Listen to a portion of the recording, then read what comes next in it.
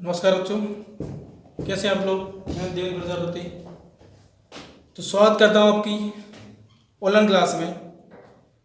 तो आज हम कक्षा 12वीं से विषय हिंदी से एक कविता पढ़ने वाले हैं जो कि लिखी है रघुवीर साहब ने।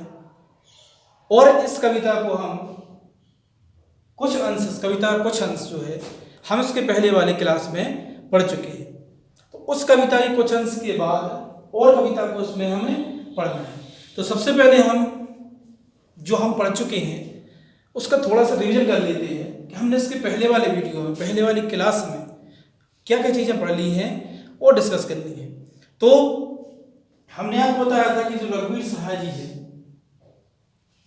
एक ऐसे कवि हैं कि जो पेशे से पत्रकार थे या पत्रकारिता से जुड़े हुए थे। तो इनका पेशा या व्यवसाय जो है पत्रकारिता था। अब पत्रकारिता में जुड़े होने की वजह से ही इन्होंने छोटे छोटे विषयों पर, छोटे छोटे लोगों पर, यानी छोटे से लेकर बड़े लोगों पर सारी चीज़ों का, क्योंकि कुछ चीज़ें ऐसी हैं कि जो बड़े लोग ही करते हैं, कुछ चीज़ें ऐसी होती हैं जो छोटे लोग ही करते हैं। तो उन्होंने दोनों तरह के लोगों पर, सामान्य सी बातों पर, घर, कमरे, ऑफिस, बाजार, सड़कें, रेल, ऐसे बहुत सारे विषयों पर इन्होंने कविता लिखी है। ठीक है। और साथ में ये एक संवेदनशील, यानी इन्होंने एक दूसरों के दुख को देखने की एक विशेषता कह सकते हैं हम कि ये अपने से ज़्यादा दूसरों के दुख को देखते थे और कहीं ना कहीं उस दुख को में शामिल होकर ही ये कविता लिखते थे। ठीक है। तो देखिए जितनी कविता मिलेंगी, पहले तो उसमें विशेषता देखिए आपने इसके पहले वाले क्लास में कि इनकी विशेषता ये है कि कविता की जो विषय, कविता की जो भाषा रहती है इतनी सहज रहती है, इतनी सरल रहती है कि यदि आपको उस कविता के विषय का पता है तो आप उस कविता का अर्थ जो है स्वतः ही लगा सकते हैं। ठीक है। इस कविता के अर्थ लगाने के लिए आपको अधिक परेशानी नहीं जाएगी।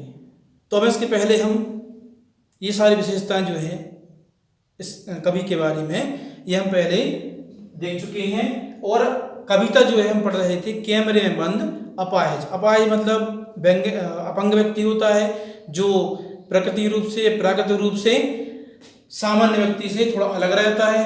अपंगता कहीं से भी हो सकती है। ठीक है।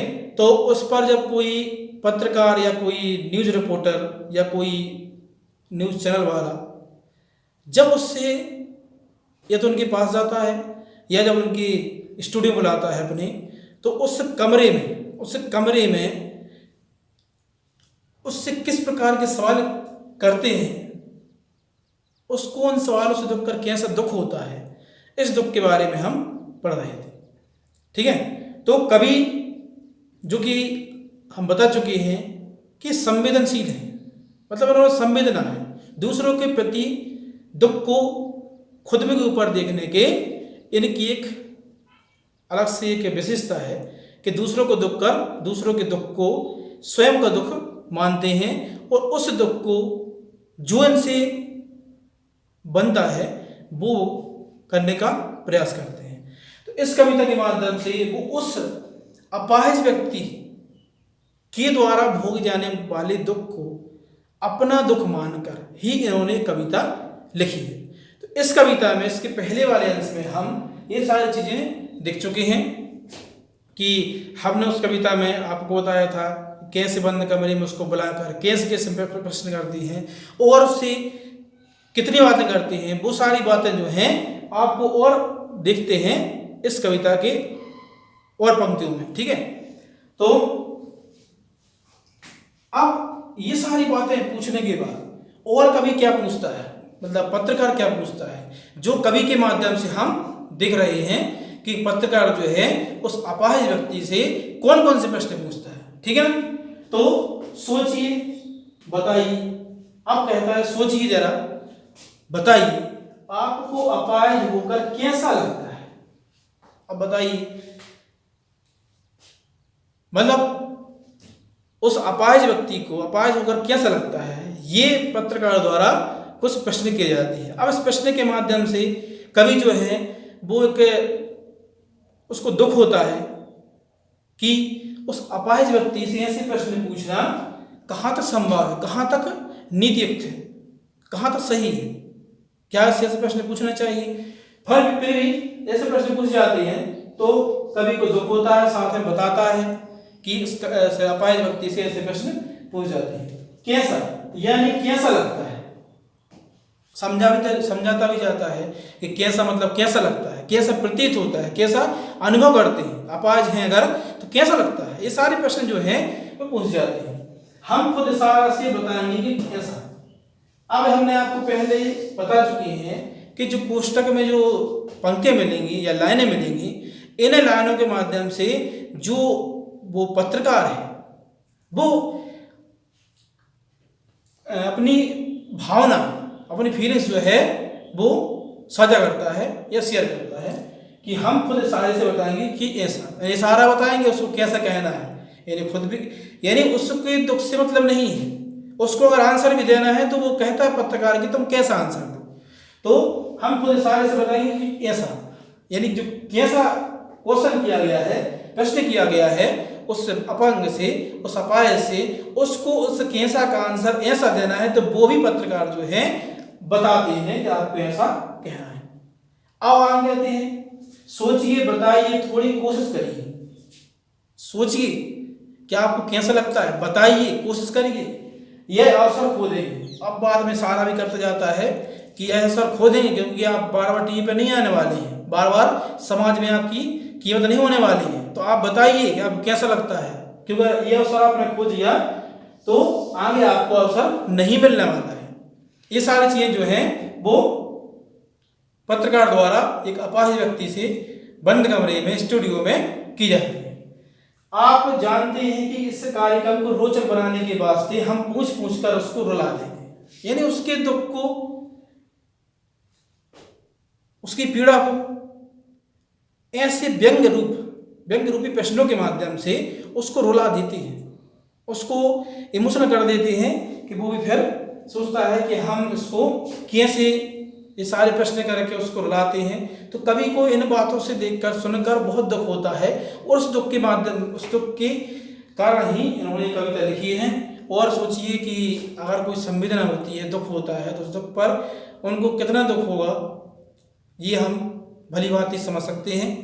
और अगर इसको हम एक रेखाचित्र के माध्यम से सोचें, अगर कि सपोज अपने आसपास कोई व्यंग्य व्यक्ति है, अपंग व्यक्ति है, अगर उस अपंग व्यक्ति को हम ये सारे प्रश्न पूछें तो उसको कैसा दुख होता है, ठीक है, क्योंकि कहीं ना कहीं समाज की उन्हें सांत्वना की जरूरत है, उन्हें मोटिवेट करने की जरूरत है, और उनकी जगह पर अगर हम ये चीजें पूछें तो वो पूछना कहाँ तक तर्कसंगत है, कहाँ तक सही है।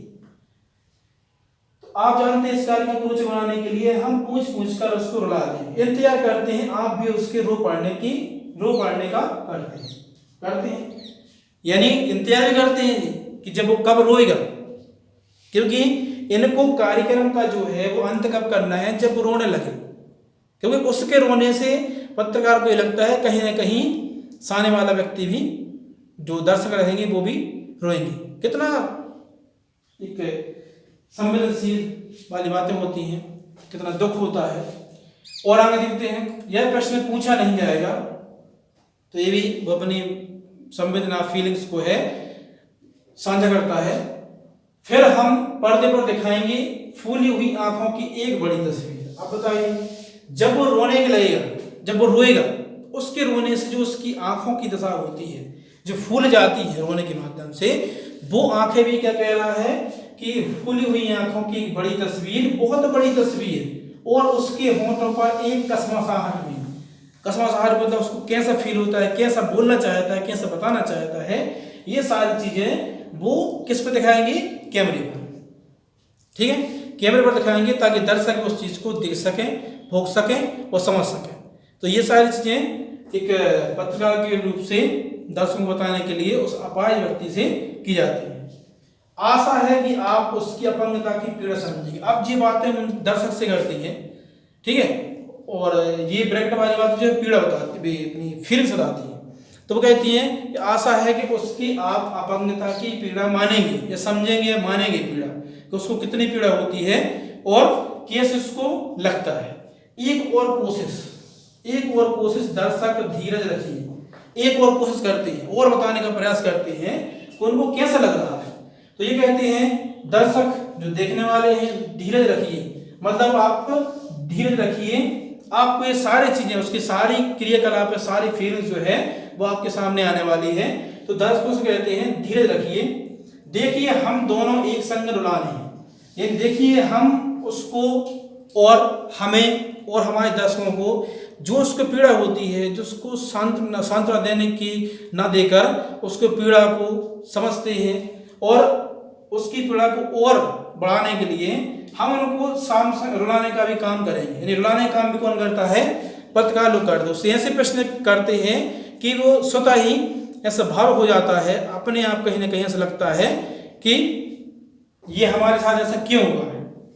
और आप दोनों कैमरे बस नहीं हुआ रहने दो, पर्दे पर वक्त की कीमत होती है। अब इस पंक्ति से आप समझ सकते हैं कि पत्रकारों यानी जो न्यूज होती है उस न्यूज की भी कैमरे पर उस पे आने की, पर्दे पर आने की भी वक्त रहता है। ऐसा नहीं होता है कि उसको दिन भर आप दिखाते रहें या उस पर इतना समय दे दें कि सारी न्यूज जो है उसी पर फोकस करते रहे।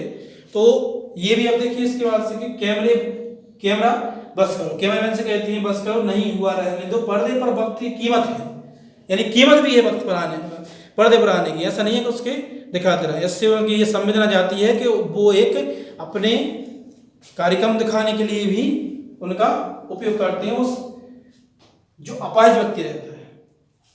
अब मुस्कुराएंगे हम, तो जब कोई कार्यक्रम समाप्त होता है तो उसमें कहते हैं अब हम मुस्कुराएंगे हम, ठीक है। तो अंतिम पंक्ति से ये अपने उस अपाहिज के दुख को इन पंक्ति के माध्यम से कवि व्यक्त करना चाहता है। और अब अंतिम पंक्ति में जो पत्रकार क्या कहता है, आप देख रहे थे, जो पत्रकार एंड में कहता है, अंत में कहता है आप देख रहे थे सामाजिक उद्देश्य से युक्त कार्यक्रम, ठीक है। आप क्या देख रहे थे? सामाजिक उद्देश्यों से युक्त कार्यक्रम, कि सामाजिक जो है उद्देश्य क्या है उसकी, मतलब समाज में क्या क्या चीजें घटित हो रही हैं, कैसे कैसे लोग रहे हैं, इन युक्त कार्यक्रम देख रहे थे आप। धन्यवाद। मतलब उन्होंने एक प्रोग्राम दिखाने के लिए उस पत्रकार से प्रश्न किए, उस प्रश्नों के आंसर दिए और उसकी पीड़ा जो वो भोग रहा था, जो उससे कमी थी, उस कमी को कैमरे के माध्यम से दर्शकों तक दिखाया, ठीक है। तो आज की क्लास में हमने आपको एक अपाहिज व्यक्ति की क्या पीड़ा होती है, उस पीड़ा को देखकर कवि को कितना दर्द होता है, कवि कितना दुखी होता है, उस दुख को हमने इस कविता के माध्यम से आपको दिखाया है, ठीक है। तो रघुवीर सहाय जी की यही विशेषता है कि ये कविता भी लिखते थे तो कविता की भाषा जो है इतनी सहज थी कि वो आसानी से शायरों के समझ में आ जाती थी, ठीक है। तो आज की क्लास के लिए हम यही समाप्त करते हैं कि आपने सारा कुछ देख लिया है। मैं आशा करता हूँ कि सारी चीज़ें आपको समझ में आ गई होंगी। तो घर पर रहें, सुरक्षित रहें। धन्यवाद।